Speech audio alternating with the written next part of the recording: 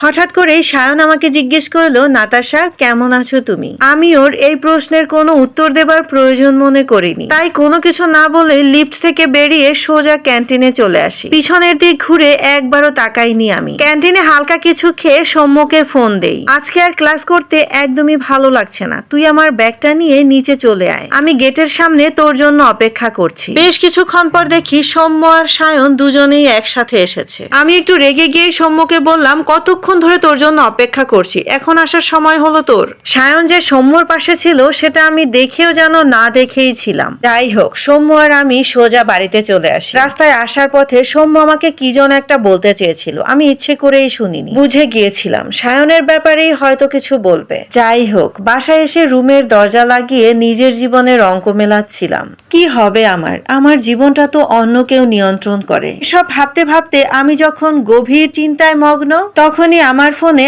Unknown number থেকে একটা call আসে। কলটা রিসিভ করতেই ওপাশ থেকে বলে ওঠে, আমি আনভীর বলছি। হঠাৎ করে নামটা বলাতে আমি একদমই ভুলে গিয়েছিলাম, তাই আমি খুব মিষ্টি সুরেই বললাম, সরি, আমি আনভীর নামের কাউকে চিনি না, আপনি হয়তো রং নাম্বারে ফোন করেছেন। এটা বলেই আমি কলটা কেটে দেই। কখনো আমার মনে পড়ে না সকালবেলার সেই তিক্ত অভিজ্ঞতার কথা, আমার মনে পড়ে না মায়ের চাপিয়ে দেওয়া সেই বিয়ের কথা, আর এটাও মনে পড়ে না আনভীর নামের কারোর সাথে আমার মা আমার বিয়ে ঠিক করেছে। কলটা কেটে দেওয়ার সাথে সাথেই আবার আমার ফোনে কল বেজে ওঠে, ওই একই নাম্বার থেকে। রিসিভ করার সাথে সাথেই ওপাশ থেকে বলে ওঠে, খবরদার, কল একদম কাটবে না, বউয়ের সাথে রোমান্টিক কথা বলবো বলে কল দিয়েছি। তখন আমি একটু রেগে গিয়েই বললাম, কে বউ? হ্যাঁ, কিসব হাবিজাবি বলছেন? হঠাৎ করেই আমার মাথায় আসলো মা বাবার সেই চাপিয়ে দেওয়া বিয়ের কথা। তখন মনে পড়লো সেই আনভীর নামটা।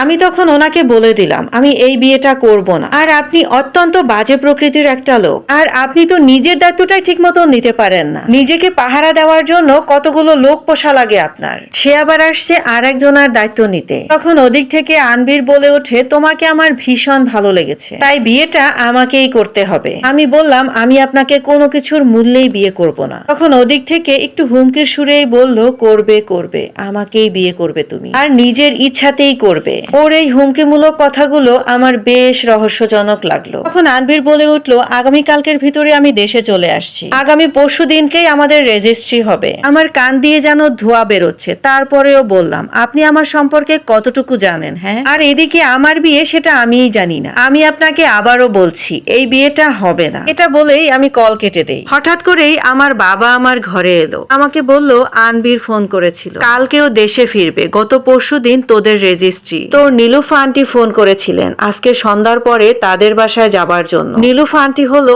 আনভীরের মা, আমার মায়ের বান্ধবী। আমি আমার বাবাকে বলে দিলাম আমি যাব না। আমার মা, কাকা, কাকি সবাই জোর করছে যাবার জন্য, আর এদিক থেকে সৌম্য জোর করছে যাবার জন্য। আমরা পিঠুপিঠি ভাই বোন, কেউ কারোর কথা একদমই ফেলতে পারি না। পরে চিন্তা করলাম, আনভীর যেহেতু এখন নেই, যাওয়াই যায়। সৌম্য বলল, তুই আজকে শাড়ি পরবি, নীল কালারের শাড়িতে তোকে বেশ সুন্দর লাগে। তখন আমি সৌম্যকে বললাম, তুই আমাকে হেল্প কর, এই বিয়েটা আমি করতে চাই না। সৌম্য আমাকে রহস্যজনক একটা কথা বলল, তোর অতীত এবং বর্তমান দুটোই তোর সামনে। সায়ন ভাইয়ের সাথে আজকে কথা বলে যেটা বুঝলাম, তোর ব্যাপারে তার বেশ মাথা ব্যথা আছে। তার কথায় মনে হলো তোর উপরে তার এখনো অধিকার আছে। তখন আমার বেশ কৌতূহল হলো। রাস্তায় আসার সময় সৌম্য আমাকে কিছু একটা বলতে চেয়েছিল, তো আমি জিজ্ঞেস করলাম, সায়ন তোকে কি বলেছে? সৌম্য আমাকে বলল, এখন না, আন্টিদের বাসা থেকে এসে সব বলবো। তো আমরা রেডি হয়ে আন্টিদের বাসায় চলেই আসলাম। সৌম্যর কথা মতো আমি কিন্তু নীল কালারের শাড়িই পরেছি। সবাই বলছিল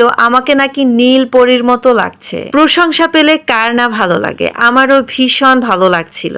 আরো বেশি ভালো লাগছিল অনেকদিন পরে কোথাও বেড়াতে এসেছি। যাই হোক, আনভীরদের বাড়িটা কিন্তু অনেক সুন্দর। আমি পুরো বাড়িটা একা একাই ঘুরে ঘুরে দেখছিলাম। হঠাৎ করেই একটা রুমের সামনে এসে আমার পা আটকে যায়। রুমের দরজার এক কর্নারে আনভীর নামটা লেখা। বুঝতে আর বাকি রইল না এটাই আনভীরের রুম। আমি খুব দ্রুত করে ওখান থেকে চলেই যাচ্ছিলাম। হঠাৎ করেই ভিতর থেকে একটা আওয়াজ আসলো। আমি থমকে দাঁড়ালাম, এই রুমে তো কেউ নেই, তাহলে ভিতরে আওয়াজ কিসের? আমি দরজাটা খুলে ভিতরে প্রবেশ করলাম। এত সুন্দর করে গোছানো একটা ছেলের রুম হতে পারে এটা আমি মনে হয় এই প্রথম দেখলাম। আমিও একটু গুছিয়ে থাকতেই পছন্দ করি, কিন্তু তারপরেও আমিও মনে হয় এত সুন্দর করে গোছাই না। যাই হোক, রুমের ভিতরটা ঘুরে ঘুরেই দেখছিলাম আর খুঁজছিলাম কিসের যেন একটা আওয়াজ হলো।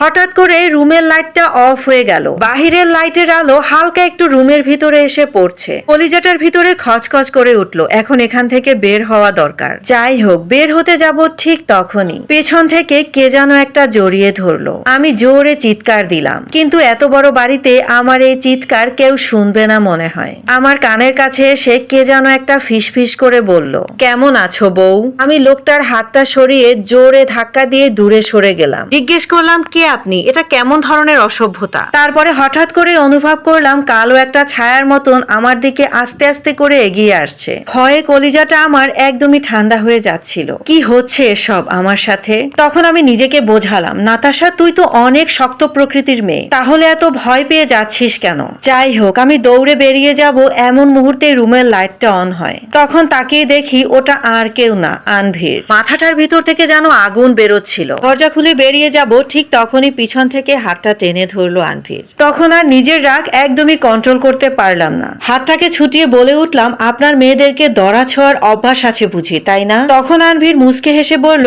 আমি আমার বউয়ের হাত ধরেছি, তাতে কার কি? নীল শাড়িতে কিন্তু তোমাকে একদম নীল পরীর মতো লাগছে। আমি বললাম, এটা পুরনো ডায়লগ, বাসা দিয়ে বের হওয়ার সময় সবাই বলেছে। আর আপনি প্রচুর মিথ্যা কথা বলেন। অবশ্য যারা ব্যবসা করে এটা তাদের স্বভাব, মিথ্যা কথা বলা। আমার বাবাও বলে, মানিকে মানিক চেনে, তার জন্যই আমার বাবা মায়ের আপনাকে এত পছন্দ। এদিক থেকে আমার আগামীকালকে রেজিস্ট্রি।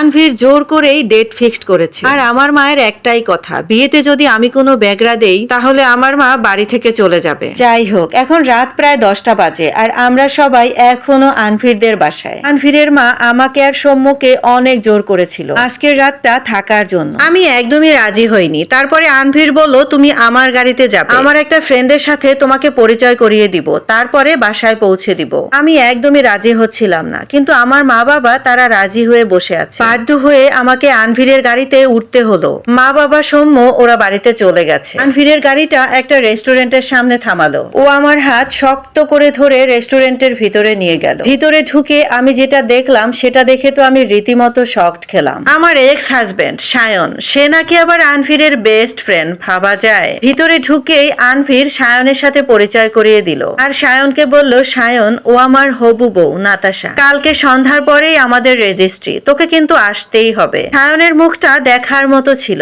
কিন্তু আমার ভিতরে কোনো ধরনের ফিলিংস কাজ করেনি। যেটা কাজ করেছে সেটা হলো ঘৃণা। যাই হোক, ঠিক এই মুহূর্তের ঘটনার পরে আমি মনে মনে ডিসিশন নিয়ে ফেলেছি, এটা আমি আনভীরকেই করব। কেন জানি না, একটা জেদ কাজ করছি, হয়তোবা সায়নকে দেখানোর জন্যই। তুমি আমাকে একদিন রিজেক্ট করেছিলে, মেরেছিলে, সেই মারের কষ্ট, অবহেলার কষ্ট আমি এখনো ভুলতে পারি। যাই হোক, গাড়িতে উঠে আনভীরকে বলছিলাম, আপনার সাথে কিছু কথা আছে। আনভীর বলল, তুমি করে না বললে তোমার কোনো কথা শুনবো না। আমি বললাম, ওকে, শোনার দরকার নেই।